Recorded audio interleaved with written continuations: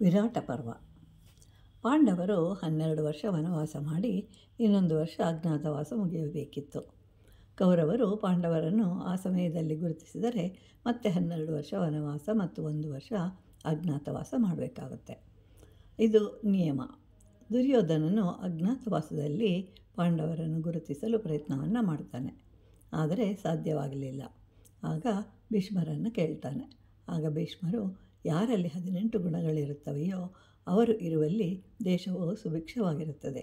ಅವರು ಯಾರು ಅಂತಂದರೆ, ಬ್ರಾಹ್ಮಣರಲ್ಲಿ ಭಕ್ತಿ ಇರಬೇಕು, ಪರೋಪಕಾರ, ನಿರ್ಮಲವಾದ ಮನಸ್ಸು, ನೀತಿಯಲ್ಲಿ ಆಸಕ್ತಿ ಇರಬೇಕು, ಸತ್ಯವನ್ನೇ ಹೇಳಬೇಕು, ಸಾಧುಗಳಲ್ಲಿ ಒಳ್ಳೆಯ ಭಾವನೆ, ದಾನ ಗುಣ ಇರಬೇಕು, ಒಬ್ಬ ವ್ಯಕ್ತಿಯನ್ನು ನೋಡಿದರೆ ಅವರಲ್ಲಿ ಗೌರವ ಭಾವನೆ ಉಂಟಾಗಬೇಕು, ಸನ್ಮಾರ್ಗದಲ್ಲಿರುವವರನ್ನು ರಕ್ಷಿಸಬೇಕು, ದುಷ್ಟರನ್ನು ಶಿಕ್ಷಿಸಬೇಕು.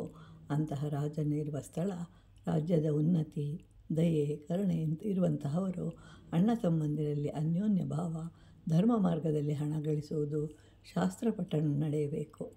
ಚಂದ್ರವಂಶದಲ್ಲಿ ಜನಿಸಿದವನು ಧರ್ಮರಾಯ. ಆ ವಂಶವನ್ನು ಮತ್ತಷ್ಟು ಒಳ್ಳೆಯ ಸ್ಥಿತಿಗೆ ತಂದವನು ಯುಧಿಷ್ಠಿರ.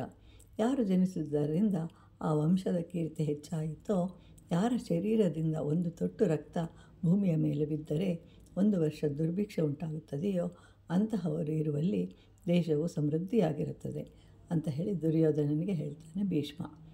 ಏಕೆ ಅಂತಂದರೆ, ಧರ್ಮರಾಯನು ಎಂದೂ ಧರ್ಮವನ್ನು ಬಿಟ್ಟಿಲ್ಲ. ಆದ್ದರಿಂದ ಅಂತಹವರು ಈ ಲೋಕದಲ್ಲಿ ಎಲ್ಲಿರುವರೋ ಅಲ್ಲಿ ಮಳೆ ಚೆನ್ನಾಗಿ ಸುರಿಯುತ್ತದೆ.